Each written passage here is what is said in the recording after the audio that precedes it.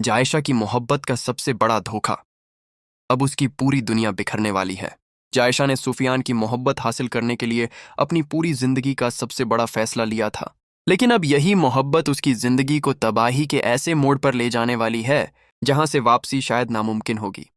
जायशा ने अरसलान से शादी तो कर ली, लेकिन उसके दिल में अरसलान के लिए कोई मोहब्बत नहीं थी। उसके जहन में सिर्फ एक ही मंसूबा था कि किसी तरह अरसलान से अपना बदला पूरा करे, उससे हमेशा के लिए छुटकारा पाए और फिर सुफियान के साथ नई जिंदगी शुरू करे।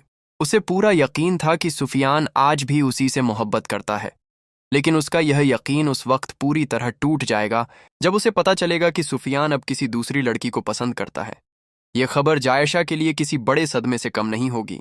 जिस सुफियान के लिए उसने अपनी जिंदगी का इतना बड़ा फैसला लिया, अब वही किसी और के साथ अपना भविष्य बनाने की तैयारी कर रहा होगा।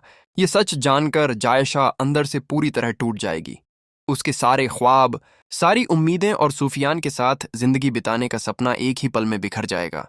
इस सदमे का असर उसके रवैये पर भी साफ नजर आएगा। वह अरसलान के साथ पहले से ज्यादा बेरुखी से पेश आएगी। ये देखकर हामिद साहब उससे सवाल करेंगे कि अगर उसने अपनी मर्जी से शादी की थी तो अब वह इस रिश्ते को कबूल क्यों नहीं कर पा रही।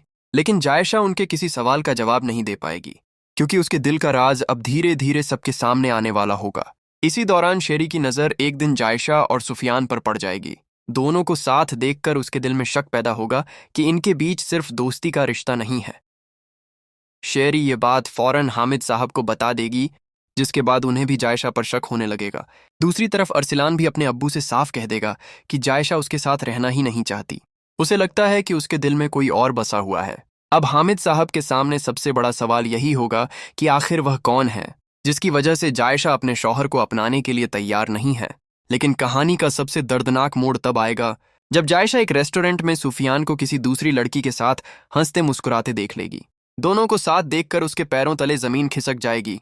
उसी पल उसे एहसास होगा कि जिस मोहब्बत के लिए उसने अपनी पूरी जिंदगी दांव पर लगा दी थी, वह मोहब्बत अब हमेशा के लिए उससे दूर हो चुकी है।